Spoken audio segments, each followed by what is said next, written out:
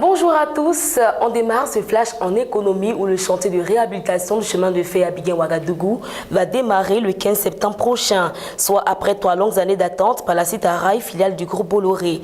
Un accord tripartite a été signé avec la Côte d'Ivoire et le Burkina Faso et la société à l'occasion de la 6e session du traité d'amitié et de coopération TAC qui a réuni les deux pays le 18 juillet à Ouagadougou. Le projet ferroviaire qui traverse les deux pays d'Abidjan à Kaya en passant par Ouagadougou avec une extension prévue vers la ville minière de Tambao nécessitera un investissement global de 262 milliards de francs CFA. Mais la première phase qui porte sur le tronçon existant à réhabiliter coûtera environ 85,3 milliards de francs CFA. 1,8 million de nouvelles infections par le VIH-Sida ont eu lieu en 2016, soit une contamination toutes les 17 secondes en moyenne. Ce chiffre est en baisse régulière année après année, hormis un léger rebond en 2014, très loin du maximum de 3,5 millions de nouvelles contaminations atteintes en 1997. L'ONU-Sida s'inquiète en particulier de l'explosion des nouveaux cas en Europe de l'Est et en Russie.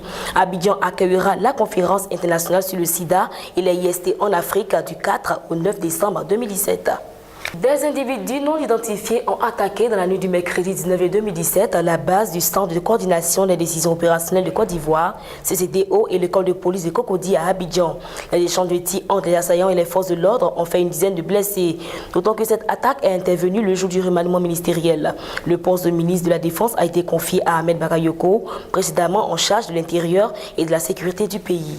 Sport culture. Dans le câble des camps, le vice-président ivoirien a procédé mercredi 19 juillet 2017 à la rupture du ruban et à la remise des clés du village à l'administrateur de l'Organisation internationale de la francophonie OIF, Adama Wane. Ce geste qui a eu lieu au village des Jeux 6 à l'Institut national de la jeunesse et des sports INJS de Makori exprime le lancement officiel des festivités des 8e Jeux de la francophonie à Abidjan. Pour rappel, les 8e Jeux de la francophonie ont débuté le 21 juillet 2017 avec les séances de vernissage des fraîches à 10h30 suivies des compétitions sportives. Restons en sport. Le jeudi 20 juillet 2017, la Fédération internationale d'athlétisme autorise 8 nouveaux athlètes russes à concourir au niveau international sous drapeau neutre, 20 mois après la suspension de l'athlétisme russe pour dopage institutionnalisé. Parmi les 8 athlètes autorisés figure le lanceur de marteau, Sergei Litvinov, 5e des mondiaux 2015 à Pékin, mais surtout des jeunes comme Sofia Palkina, championne du monde cadette du marteau en 2015, et la pêchiste Alena Lutkovskaya. Cet ajout porte à 49 le nombre total de Russes des différentes catégories d'âge autorisées jusqu'à présent par la Fédération internationale d'athlétisme à concourir sous drapeau neutre. La deuxième session de négociation entre l'UE et le Royaume-Uni sur le Brexit, jeudi 20 juillet 2017 à Bruxelles, s'est achevée sur un constat de divergence de position concernant la justice européenne et la facture du divorce en dépit de la cordialité des échanges. L'UE réclame à Londres de solder les comptes de ses engagements pris en tant que pays membre avant son départ prévu en mars 2019.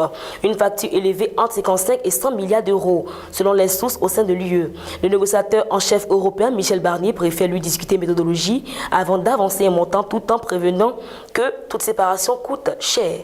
Fin de ce flash, merci d'avoir été en notre compagnie, que Dieu vous bénisse. Shalom.